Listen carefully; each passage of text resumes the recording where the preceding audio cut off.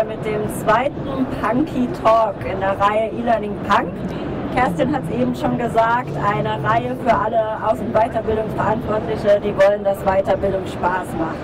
Die letzten Monate haben wir uns in Artikeln mit der spielerischen Wissensvermittlung beschäftigt. Deswegen heute mit dir als Gamification-Experten. Du bist CIO von Engaging GmbH. Seit 2007 beschäftigst du dich schon mit Gamification und wurdest zu einem der Top 10 Gamification-Experten der Welt gekürt. Aber ja, deine erste LearnTech heute, stimmt's? Wie ist dein Eindruck? Also was mich fasziniert ist, wie viele Leute immer wirklich auf der Suche sind, wie kann man Lernen spannender machen. Es ist irgendwie ein Pain in the Ass so ein bisschen, oder? Dabei gehört Lernen mit zum Spannendsten, aber die Schule hat es wirklich geschafft, das auch rauszudesignen. Wir glauben gar nicht so dran. Aber es ist wirklich, es gehört zum Natürlichsten des Menschen und deswegen, ich glaube, diese Aufgabe dieser Unternehmen, die das alles hier auch weiterbringen wollen oder Leute, die anderen zum Lernen bringen wollen, ist eine riesige, aber ist das Richtige. Eben in der Anmoderation hatten wir es schon ein bisschen. Du spielst gerne. Bist du privat ein Zocker und was ist dein Lieblingsspiel? Nee, also jetzt nicht mehr. Ich war ein Zocker. Ja, ich war im Internat und da gab es nicht viel mehr als Sport und Zocken, um sich zu beschäftigen. Das waren die Lieblingsspiele, darf man hier kaum sagen. Dann heißt es wieder WoW, also Doom. Damals die Mutter aller Ego-Shooter. Das war so Junginternat, kann man sich vorstellen. Und Ego-Shooter Doom, wow, super. Und ansonsten liebe ich so Echtzeit-Strategiespiele. Command & Conquer war das damals. Klar, heute spiele ich auch noch. Heute darf ich sagen, ich spiele aus Forschungszwecken. Ab und zu auch noch, aber natürlich nicht mehr so viel wie früher. Und was bedeutet Weiterbildung für dich? In erster Linie bedeutet es, dass ich glaube, Weiterbildung oder das Gehirn kann gar nichts anderes machen als lernen. Es ist eine reine Lernmaschine. Das heißt, das ist nicht irgendwas, was man triggern muss. Eigentlich ist es natürlich da. Und deshalb bedeutet für mich Weiterbildung also nicht, dass ich mir überlegen muss, was muss ich schaffen, damit jemand jetzt dazu motiviert wird, überredet wird, getrickst wird, dass er lernt, sondern eigentlich bedeutet für mich Weiterbildung zu überlegen, welche Barrieren ich abschaffen muss, weil der Mensch ja, wenn es ein natürlicher Vorgang ist zu lernen, anscheinend es jetzt nicht mehr macht. Und was ist der Grund dafür? Also eigentlich ist es eine natürliche Sache, die ich wieder ermöglichen muss und nicht eine, die ich irgendwie aufbauen muss. Und hast du selbst schon Erfahrungen mit E-Learning gemacht? Ja klar, einmal mit Kunden natürlich, klar, wo wir es einsetzen sollen, aber selber auch. Und da ist, glaube ich, eines der schönsten Dinge. Die Sachen, an die ich mich am meisten erinnere, sind die von mir, wo ich einen Grund hatte. Also wo vorher eine Neugier getriggert wurde und ich deswegen angefangen habe zu sagen, okay, wo kann ich was lernen? Dann schaust du meistens nach Personen oder wie auch immer, man fängt an zu googeln und dann findet man die Sachen. Der Punkt ist aber, dass für mich das Ausschlaggebendste immer der Neugierfaktor war oder der Zweck, den man dahinter sieht, die Relevanz, die einen berührt und dann will man lernen und erst in zweiter Linie, das worauf sich eigentlich alle anderen immer konzentrieren, den Content gescheit aufzubereiten. Wenn ich wirklich neugierig und motiviert bin, dann lese ich mir auch 1000 PDF-Seiten durch. Frage nach dem Why. Richtig. E-Learning Punk, wir sagen, es ist eine Reihe der Weiterbildungsrebellion. Würdest du dich als Rebell bezeichnen und wenn ja, wogegen rebellierst du? Ja, wie man Rebell definiert, aber mir gefällt das. Ich würde mich sehr gerne als solcher bezeichnen. Wenn es was gibt, dann auf jeden Fall gegen das Mindset, dass Spielen etwas Unnützes ist, etwas Unnatürliches ist, dass Daddeln Zeitverschwendung ist. Das ist bewiesen. Also erstens, wir wissen es eigentlich alle selber, dass es einen guten Grund gibt, warum wir spielen. Uns wird es halt abtrainiert. Es ist irgendwie, gerade in unserer Kultur, so, selbst wenn Unternehmen sagen, hey, wir haben Erfolg mit Spielen, dann heißt es dann irgendwie, aber ihr arbeitet nicht oder so. Also das ist in unserer Kultur schwer zu machen und sozusagen ich glaube mal den Spruch von Opel, dieses Umparken im Kopf, was das Mindset angeht, das wäre das, was ich gerne machen würde, Rebell. Und wenn wir jetzt auf einem Barcamp und nicht auf der LearnTech wären, mit welchen 3 Hashtags würdest du dich beschreiben? Okay, in gewisser Weise auf jeden Fall naiv, sonst würde ich das, glaube ich, hier nicht machen. Wenn man glauben würde, man könnte das wirklich schaffen. Game Thinking, weil ich glaube, es ist ein Mindset. Also dazu gehört Gamification, Serious Games, Game-Based Learning, alles irgendwie in der Richtung. Das ist ein Mindset. Und durch Optimist. Jetzt haben wir dich schon als Gamification-Experten vorgestellt. Aber erstmal allgemein, was versteht man unter Gamification vielleicht in 3 kurzen Sätzen? Für mich bedeutet das den Transfer von den Mechaniken, die Spiel, Sport, Hobby, also intrinsisch motivierte Aktivitäten, attraktiv machen. Warum sind die attraktiv weltweit? Und das transferiere ich auf andere Aktivitäten, die anscheinend weniger attraktiv sind, also die langweiliger sind. Wichtig dabei ist, glaube ich, zu merken, dass es ist 80-90% ist Verhaltenspsychologie. Das heißt, es ist nicht das, was man eigentlich auf dem Bildschirm sieht, sondern es sind die psychischen Triggermechaniken, die transportiert werden. Und das gescheit zu machen, das ist für mich Gamification. Und was ist denn die Triggermechaniken? Also warum ist Spielen so faszinierend? Zum einen, weil das was Unbekanntes ist. Also wir denken immer, der Mensch will nichts Neues erleben. Wenn wir uns mal Spiel, Sport, Hobby betrachten, ist es genau dadurch definiert. Sobald wir wüssten, was kommt, hören wir es auf. Also es ist was Neues. Aber wenn es um den einen Faktor geht, auf den es am Ende runtergebrochen wird oder werden kann, dann ist das persönlicher Fortschritt. Egal wie oft man gewinnt, wenn man merkt, man gewinnt nur, weil die anderen so schlecht sind, wird es auch langweilig. Wenn man aber zum Beispiel die ganze Zeit verliert, aber man merkt, hey, ich werde jedes Mal ein Stück besser dabei, dann bleibt man viel länger dabei und sagt, ich krieg euch schon noch. Persönlicher Fortschritt, Mastery, Lernen, persönlicher Fortschritt, das ist das eine. Würdest du sagen, das ist es auch, warum Spielen Menschen helfen kann zu lernen? Ja, ich glaube, also Spielen ist ein evolutionäres Tool. Das ist ja nicht von uns, von der Videospielindustrie oder irgendwas erfunden worden, sondern es gibt seit wir spielen. Und Try and Error, Scheitern, also gerade auch offen sein zum Scheitern, kein Problem damit zu scheitern. Wir scheitern 80-90% der Zeit im Spiel und finden es auch noch geil. Also von daher, ja, definitiv. Warum finden wir Scheitern in Spielen geil, aber auf der Arbeit zum Beispiel nicht? Also woher kommt der Unterschied? Also wenn du im Spiel vorankommst, Fortschritt erlebst und du wärst vorher nicht gescheitert, dann empfindest du gar kein Baugefühl dahin. Da passiert auch im Kopf großartig nichts. Keine Neuronen werden abgefeuert und nichts. Je öfter du aber scheiterst, es gibt eine Balance. Wenn du natürlich zu oft scheiterst und nicht das Gefühl hast, dass du es irgendwann schaffen kannst, bist du frustriert. Aber wenn du oft genug scheiterst, aber merkst, jetzt bin ich kurz davor, wieder Game Over. Aber jetzt weiß ich, es geht. So geht es immer weiter. Dann hast du dieses große Aha-Gefühl. Im Job ist es ganz einfach, deswegen, weil wir diesen Fokus auf eine Aktivität, also du spielst um des Spielens Willens, nicht um des Resultats Willens. Und im Job wurde das komplett umgedreht. Da heißt, scheiß auf die Aktivität, mach die bitte gut, nach Prinzipien, Qualität, aber eigentlich geht es nur ums Resultat. Also fängt der Kopf nur noch, ich trainiere den Kopf darauf hin, von hier, wo ich jetzt bin, bis zum Resultat zu denken und nicht darauf, wie mache ich es, sondern wie komme ich am schnellsten am Ende hin, also Effizienzgedanke.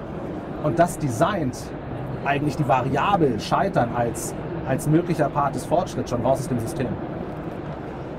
Jetzt haben wir hier sicherlich ganz viele Weiterbildungsverantwortliche. Wie können diese sich dann diese Mechanik zunutze machen? Das Krasse ist, glaube ich, was ich aus 12 Jahren Erfahrung kenne, ist, dass die Weiterbildungsarchitekten sozusagen eigentlich gegen ein System ankämpfen im Unternehmen. Also wenn man unsere Sachen einführt, wie der Mensch wirklich funktioniert, dann prallt man gegen das System. Weil das System eben sagt, ich will, dass du möglichst schnell von A nach Z kommst, möglichst schnell dir das Wissen aneignest und dann frage ich dich ab und dann hast du es parat.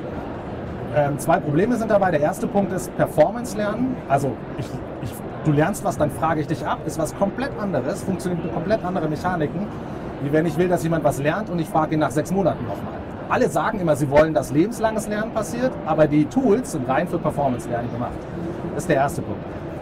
Also damit Leute starten können, ich glaube, sind 2 Dinge wichtig. Das heißt immer, Content ist King, ja, aber Kontext ist Gott. Das heißt, der wichtigste Faktor ist, dass ich dafür sorge, dass Leute in ihrem Job Events erleben, wo sie merken, wow, da kann ich was machen, da habe ich eine Relevanz, einen Impact, das interessiert mich jetzt, das passt zu meiner Rolle. Okay, und dann sind sie offen und dann ist der richtige Zeitpunkt zu kommen, hey, wir haben hier was. Das ist der erste Punkt. Und der zweite Punkt ist, dann eben nicht dafür sorgen, dass es darum geht, die Leute so schnell wie möglich durchzuführen, weil psychologisch wissen wir, alles was einfach und schnell ist, ist eigentlich nichts wert. Wir wollen scheitern, wir wollen sonst haben wir nicht das Gefühl, wir werden besser. Und wenn das passiert, wenn wir diesen Fortschritt im Lernen erleben, und wie gesagt, Scheitern gehört da voll mit dazu, im Gegenteil, er muss dabei sein, dann muss es mir gelingen, aber auch das Gelernte zurückzutragen in den Job. Dann muss ich irgendwann ein Event haben in meinem Alltag, wo ich sage, wo mir bewusst klar wird, das ging jetzt, weil ich das gelernt habe. Wenn die Sachen fehlen, also dieser Kreis, Event, Neugier, der Fortschritt plus die Relevanz danach, ich kann es anwenden, dann wird kein wiederholter Lernen, also dann wird es zum wiederholten Male nicht passieren, dass die Leute sagen, das will ich jetzt lernen, weil sie wissen, ja, sie können es nicht anwenden. Jetzt haben wir schon Spielen gesprochen, Gamification ist gefallen als Wort, aber es gibt ja auch noch Worte wie Game-Based Learning, Serious Games. Wo ist denn der Unterschied? Es gibt weltweit keine ganz klare Abgrenzung. Für uns ist es so, dass wir sagen, Serious Games bauen Probleme in ein Spiel rein und während die Leute das Spiel spielen, lösen sie das Problem in der Realität. Gerade im Medizinischen gibt es da ein paar super Beispiele. Und Game-Based Learning sind für uns Spiele, wo die Leute, indem sie das Spiel spielen, lernen sie etwas, das ich möchte, dass sie lernen. Und da merkt man auch schon, hier geht es nicht darum, dass es das Ziel ist, das zu lernen, aus Sicht des Spielers, sondern der Spieler hat irgendein anderes Problem, was für ihn spannender ist, attraktiver ist, eine Story ist, aber auf dem Weg dorthin, also die Informationen zu nehmen, um das Problem zu lösen, das ist der Stoff, den man lernen will. Ja, so definieren wir Game-Based Learning. Und was ist wann geeignet? Du hast jetzt gesagt, Serious Games im medizinischen Kontext. Ja, da sieht man die meisten Beispiele. Das hat nichts mit der Branche zu tun. Am Ende ist es immer menschliches Verhalten. Aber zum Beispiel, aus meiner Sicht, wenn ich das Ergebnis nicht kenne, aber ein interessantes, innovatives oder ein optimales Ergebnis oder wie auch immer rausbekommen möchte, sind Serious Games sehr gut. Meiner Meinung nach, wenn ich schon weiß, was das Ziel ist, vielleicht der Weg oder das, was jemand lernen soll, sind Game-Based Learnings besser, aus unserer Definitionssicht. Und dann hängt es noch ein bisschen mit dem, weil es sind ja Medien. Und das hängt ein bisschen mit der Kultur des Unternehmens zusammen, ob ich zum Beispiel so ein klassisches Serious Game nehme, weil das ist offensichtlicher ein Spiel meistens. Da muss es auch zur Kultur passen, dass die Leute bereit sind und dass es authentisch ist. Ja, wenn jeder sagt, hier soll ich spielen, aber draußen an meinem Schreibtisch, dann ist es das altbackenste Unternehmen, das ich kenne und bloß nicht das Wort Spiel in den Mund nehmen, dann habe ich ein Problem. Jetzt hatten wir heute Morgen schon eine Frage an dich über Instagram reinbekommen zu dem Thema, und zwar war die Frage, was gibt es zu Gamification und Serious Games, über die wir gerade gesprochen haben, Neues? Neues? Also was als erstes immer rauskommt, ist die Technik. Also klar, Virtual Reality wird ausprobiert, Augmented Reality wird ausprobiert. Es kommen immer mehr sozusagen Editoren raus, wo man sich selbst sein Serious Game zusammenbauen kann. Klar, weil die Leute selber nicht aus dem Game-Bereich kommen, ist das immer sehr restriktiert, aber immerhin, da geht's hin. Also sozusagen, also indirekt kommt es eigentlich dazu, dass manche Firmen jetzt dazu wirklich übergehen, solche Lernarchitekten oder die noch mit sicherer Software umgehen, die einzustellen und die zu holen, um individuelle Lernbereiche zu schaffen. Und davon profitieren natürlich Serious Games ungemein, auf jeden Fall. Was es Neues gibt, muss man ein bisschen bei uns dazu sagen. Es geht leider in die andere Richtung. Man muss so sehen, es gibt kein individuelleres und offeneres und ehrlicheres Feedback, wie wenn du spielst. Fürs Individuum. Jetzt wissen wir, dass Unternehmen laut Datenschutzregeln, warum auch immer, wenn es moralisch von mir aus richtig ist und rational gesehen, aber genau dagegen arbeiten. Das heißt, es gibt immer mehr gerade in unserem Bereich, in unseren Breitengraden hier in Deutschland, eine Art Gegenbewegung, die es auch wiederum schwerer macht für Serious Games, sich durchzusetzen. Weil wenn du ein Spiel spielst und eben nicht dieses individuelle, direkte Echtzeit-Feedback bekommst, selbst wenn es nur für dich ist, selbst das darfst du manchmal nicht, dann scheitern die meistens.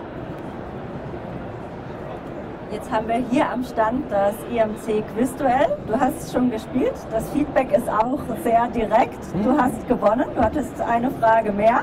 Ja. Genau, es gibt 10 Fragen hier immer zu beantworten. Und dann gibt es einen Sieger, der bekommt ein kleines Goodie-Bag. Jetzt hatten wir ja schon ein Vorgespräch und da hast du zu mir gesagt, Quiz-Apps sind für dich kein Lernmedium. Nein. Unsere Experten haben Nutzerdaten analysiert und haben festgestellt, dass nach 3 Wochen die Quizzer 1,5 Mal mehr wissen als zu Beginn, einfach ganz simpel durch die Wiederholung der Fragen. Grenzen, dann habe ich natürlich nach Grenzen gefragt und sie haben gesagt, ja, wenn jemand zu wenig Ahnung von einem Thema hat, dann funktioniert es einfach nicht. Welche Grenzen kommen für dich denn noch hinzu?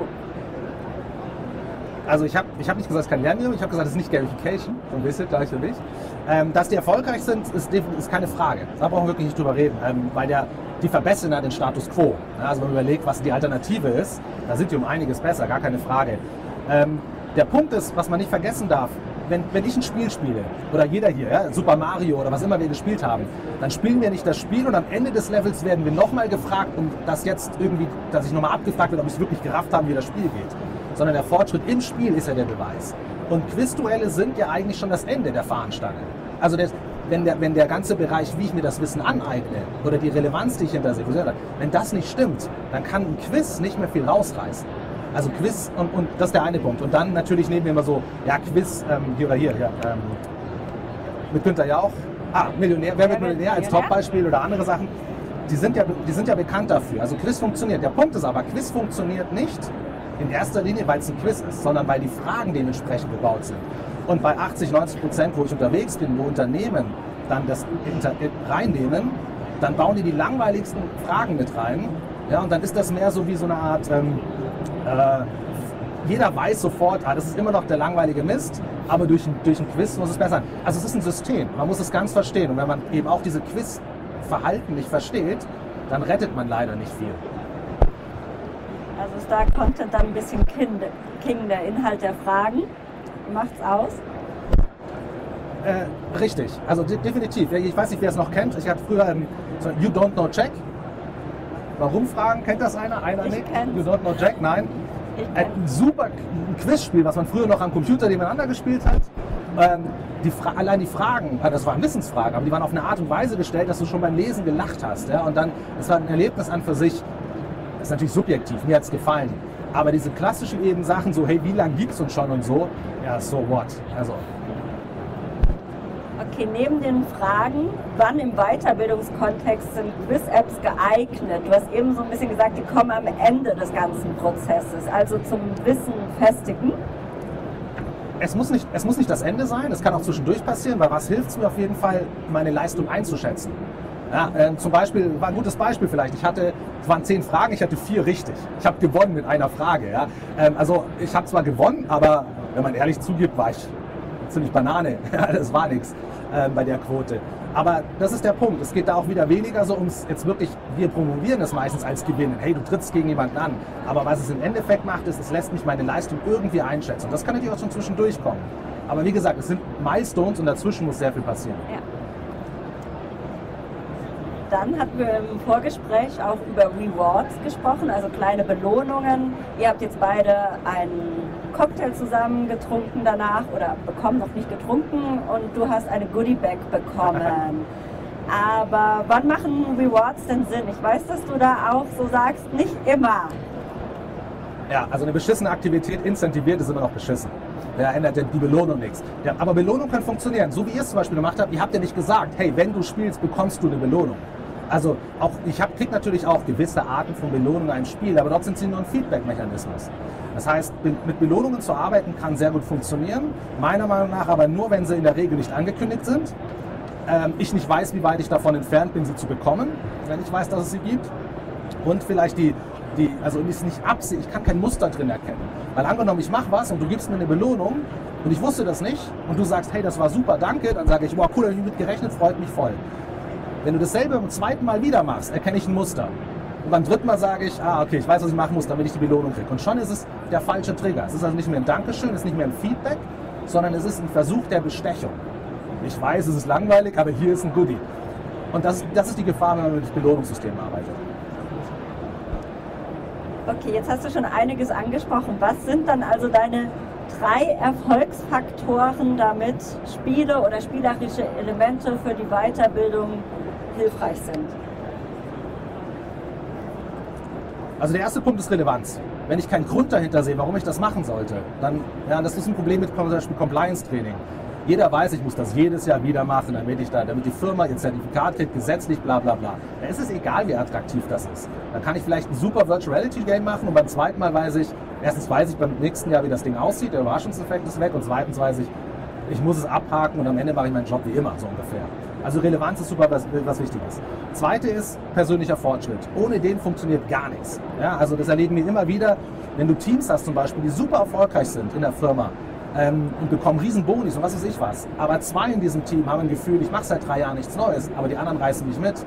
Das geht riesig nach hinten los. Die kriegen 0 Zufriedenheit raus. Ja, es geht wirklich immer um persönlichen Fortschritt, lernen, das Gefühl, das subjektiv erlebte Gefühl, besser zu werden.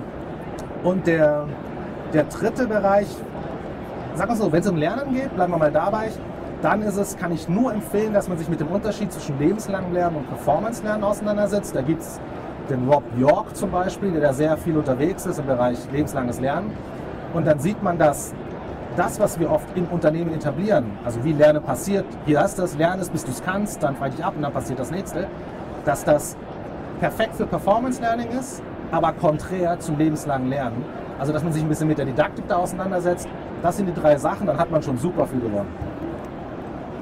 Ein letztes Thema, mit dem wir uns im E-Learning Punk in den letzten Monaten beschäftigt haben, ist das Thema KI. Ich habe gesehen, auf Twitter hast du einen Beitrag über Aibo geteilt und ihn als tolles Beispiel für Gamification und KI bezeichnet. Ich habe hier ein Bild von Aibo dabei. Aibo ist ein Roboterhund von Sony, der eine eigene Hundepersönlichkeit entwickelt. Warum ist das für dich ein tolles Beispiel für die Verbindung von Gamification und KI? Also muss dazu sagen, der wird ja seit Jahren nicht mehr hergestellt. Das ist wirklich ein altes Beispiel, aber immer noch, wenn er irgendwo auftaucht, riesen A's und O's. Zum einen, weil man einfach das Visuelle genutzt hat, um den Menschen emotional zu triggern. Das ist das Erste. Zweitens, künstliche Intelligenz. Ja klar, er lernt mit, er passt sich an, er verbessert sich über die Zeit bis zu einem gewissen Grad, was möglich ist. Aber was ich am spannendsten bei dem finde, ist, dass wenn ich Leuten beibringen will, wie man zum Beispiel mit digitalen Tools interagiert, was durchaus eine Aufgabe von ihm war, dann lernen die Leute das, ohne zu wissen, dass sie es lernen. Es kommt einfach nur durch die Interaktion mit dem Hund. Und die gehen smarter raus, als sie rein sind. Wie gesagt, oftmals ohne es zu wissen. Aber dadurch, dass sie auch wissen, es geht nicht darum, sind sie viel offener, es aufzunehmen. Das hört sich so ein bisschen dumm an, aber jeder von uns weiß, niemand will gesagt bekommen, was er zu tun hat. Ja, wenn Kinder ein Spiel spielen und ein Lehrer kommt auf die fantastische Idee, dass er das Spiel als Lernzweck nutzt, dann ist das einmal cool. Beim zweiten Mal checken sie es und dann haben sie keinen Bock mehr auf das Spiel. Dann können sie auch nicht mehr zurück. Von daher ist dieses Nichtwissen, dass es ums Lernen geht, dass das nicht das endgültige Ziel ist, ein sehr guter Faktor. Und der Hund, allein durch seine Art, durch die spielerische Art und Weise, durch die Nichtvorgabe, was man lernt, sondern man lernt es automatisch durch die Interaktion, ist super effektiv.